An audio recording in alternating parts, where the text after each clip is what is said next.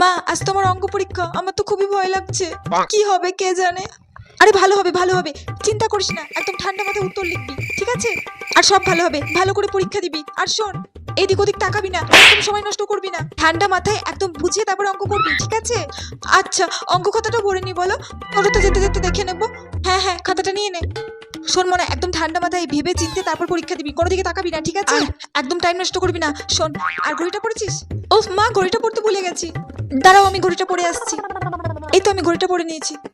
ঠিক আছে, সব গুছিয়ে দিয়েছি, আস্তে সুস্তে দেখে শুনে তারপর যাবে, ঠিক আছে? হ্যাঁ, আর ঠাকুরকে একটু প্রণাম করে নে যাওয়ার সময়। হ্যাঁ ঠিক আছে, আমি ঠাকুরকে প্রণাম করে নিচ্ছি। ঠাকুর তুমি দেখো, আমি যেন অঙ্ক পরীক্ষায় সব লিখতে পারি, সব অঙ্কগুলো যেন কমন আসে। ঠাকুরের নাম করে একদম পরীক্ষা দিয়ে নিবি। আর হ্যাঁ, সব প্রশ্ন যেন ঠিকঠাক করে করে আসবি, একটা প্রশ্ন যেন বাদ দিবি না। তোকে অঙ্কের জন্য টিউশন মাস্টারও দেওয়া হয়েছিল। ঠান্ডা মাথায় ভালো করে পরীক্ষা দে, বারবার রিভাইজ করবি 3-4 বার, ঠিক আছে? ঠিক আছে।